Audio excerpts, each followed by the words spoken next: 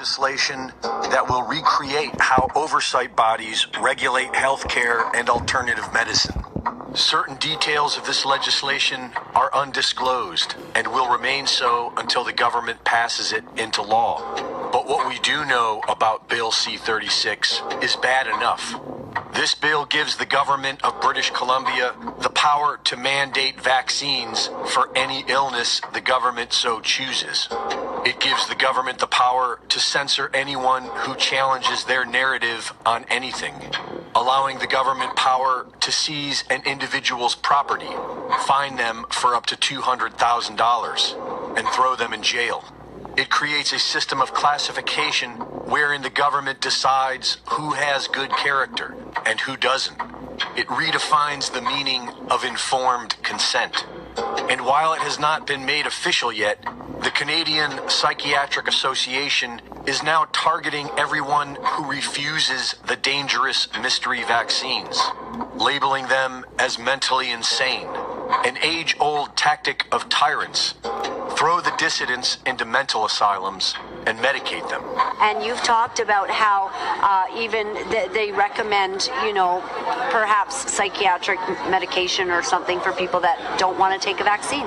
So this has come out recently out of the College of Physicians and Surgeons of Ontario. The college sent out a letter or a memo to all the doctors in Ontario suggesting to them, now so far they're not mandating it, they're just suggesting it, that any of their unvaccinated patients, that they should consider that they have a mental problem and that they should be put on psychiatric medication.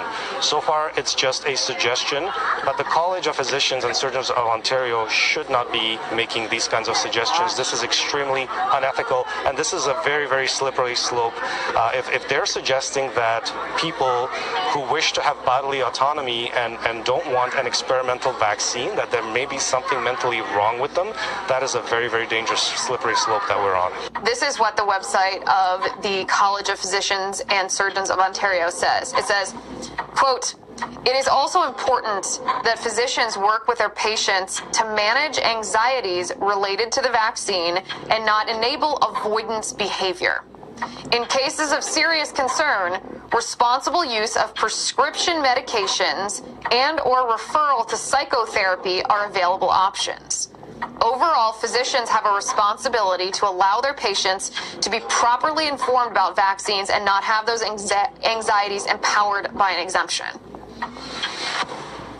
So my verdict is, wow, yes, this is in fact a true claim. This is what the College of Physicians and Surgeons of Ontario is telling doctors, that if a patient has declined the COVID-19 vaccine, they are not to quote unquote empower that patient with an exemption, that the declining of the vaccine is automatically labeled as an irrational anxiety, and the recourse for that in the eyes of this medical organization is prescription medications and or psychotherapy. They want to drug you to trick you into taking the COVID vaccine. Reporting for InfoWars, this is Greg Reese.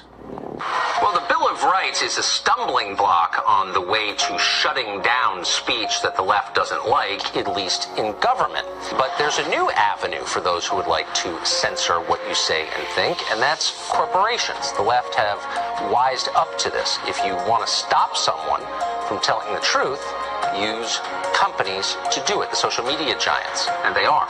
For many on the left, the view seems to have become that if you can't beat them, prevent them from speaking. So far, the most prominent casualty of the crusade against free expression has been the radio show host Alex Jones. There is a concerted effort by the Democratic Party and multinational corporations and big tech to silence conservative and nationalist and populist voices. There's also guys on CNN that spend their whole day calling Facebook and saying, can you ban this person?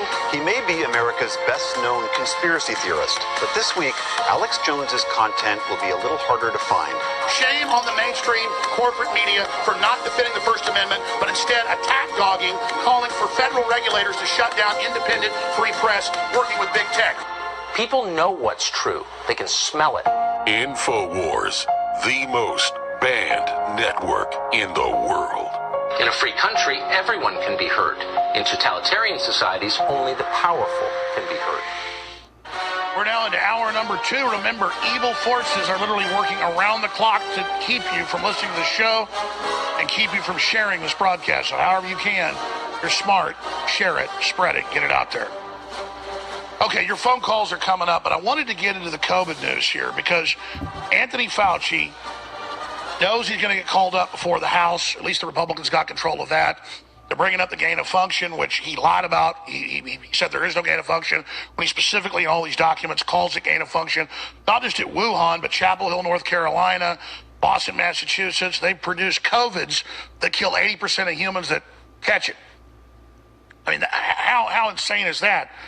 And so he went on Face the Nation on CBS this weekend and said, hey, I'm not going to be investigated. Trump covered up the origin of COVID.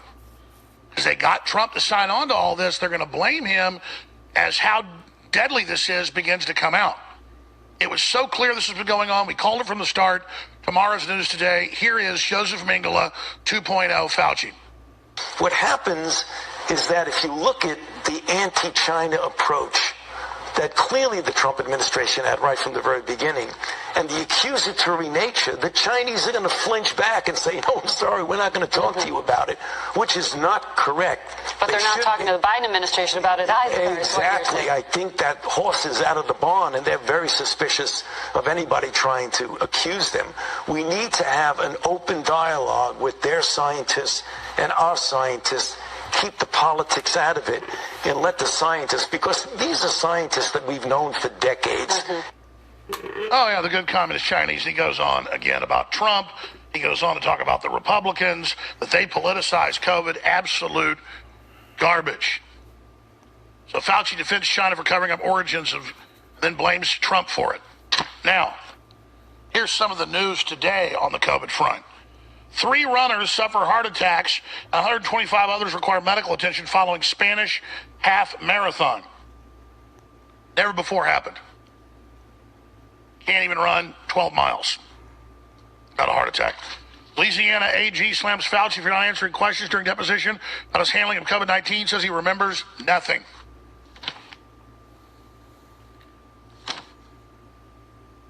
Couldn't recall much. Pfizer CEO in trouble by regulator for making misleading statements about children and vaccines and claiming the vaccines worked. Another study finds heart inflammation higher among Moderna vaccination users than Pfizer's. Moderna is just 4 times stronger than the Pfizer. It's the exact same shot. We've all been saying that day one. COVID-19 researcher blows the whistle on data integrity issues in Pfizer's vaccine trial. They covered up the real damages being caused by it. As an oncologist, I'm seeing people with stable cancer rapidly progress after being forced to have a booster. What do the studies already show? Canadian Psychiatric Association targets anti-vaxxers. If you say the vaccine doesn't work or has low efficacy, they say drug you and put you in a mental institution, even though that's a fact. Medical Journal claims anti-vaxxers causing deadly clots in people, in vaccinated people, by scaring them about the danger of vaccines. Wow. U.S. military biological activity is a threat to the world, says Russia. And it goes on and on. Woman dies allegedly after COVID booster, daughter in shock. But it doesn't matter. Buttigieg was out again last Friday saying the shot protects you from COVID, just take it. A total lie, total fraud. Teen's death 3 weeks after Pfizer vaccine triggers investigation. Even the Washington Post admits that COVID is now a pandemic of the vaccinated. They're now putting out antigen tests in the U.S. and worldwide that count flu as COVID-19. Remember how flu went to 0 during the first 2 years of COVID? Now it's back. Now they're calling flu, influenza A and B, COVID on the test. Total fraud in your face. Federal government sues doctor for $500 billion for being right about COVID vaccine and alternative treatments. See, it's not just Alex Jones. They're coming after everybody.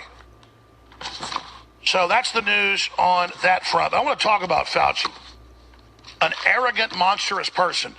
You know, I don't really like horror movies because I've seen enough real horror in my life that I don't think it's cute or funny. But they've got popular shows like Dahmer. I haven't watched it, but I've read the reviews. And people are so shocked by him kidnapping people and injecting them with stuff to turn them into sex slaves, brain damaging them with injections in their brains of chemicals. But when you look at what Fauci's doing, it's on a scale hundreds of millions of times bigger, and he radiates evil and arrogance, and he's up there just laughing at everybody. And he has this 45-year history of being an evil, mad scientist that loves to kill people. That's why he was chosen by the eugenicists. And you look at him, and it's hard to look at him because he is literally the devil incarnate. He is a monster beyond monsters. And he's part of the Bill and Melinda Gates Depopulation Fund. That's the real name of their foundation. We can play clips of their award ceremonies where they give awards under that name. He says there's too many people. He says he wants you to die. Now take this shot. Folks, we've got to wake up to this fact. And that's why I raised this last hour. Not because it's about me. Because it's about you. That judge in Texas that found me guilty, had a show trial, told the jury just to find out how guilty I was, said the $49 million verdict against Alex Jones stands despite the law that is a cap. And the New York Times says Texas law caps punitive damages at 2 times economic damages plus $750,000 per plaintiff at $5 million, which a lawyer for Mr. Jones, Andina Rainel, has predicted would limit the award so far and the jury's verdict. It's the law. But in hearing last 2 Tuesdays ago, Judge Maya Guerra-Gamble of the District Court in Travis County, where InfoWars is based, questioned the constitutionality of the cap and called the verdict a rare case. So she said, I don't care what the law says, he owes that. That's breaking the law, just like she did with her fake default judgment, claiming I didn't give them evidence. Now it's completely naked, but she went further. She said in last Tuesday, not the Tuesday before last, she said at the end, they put forward papers saying, well, the jury didn't hear this evidence, and but we want to say, because one of these plaintiffs is an old person, that it's elder abuse and a crime. She said, yes, I convict Alex Jones, not a jury. I, a judge, convict him of elder abuse. And so I guess they've now got the district attorney involved or something. You thought prosecutors brought charges. You thought, no, judges do. She said, you are guilty of elder abuse after the trial, the show trial.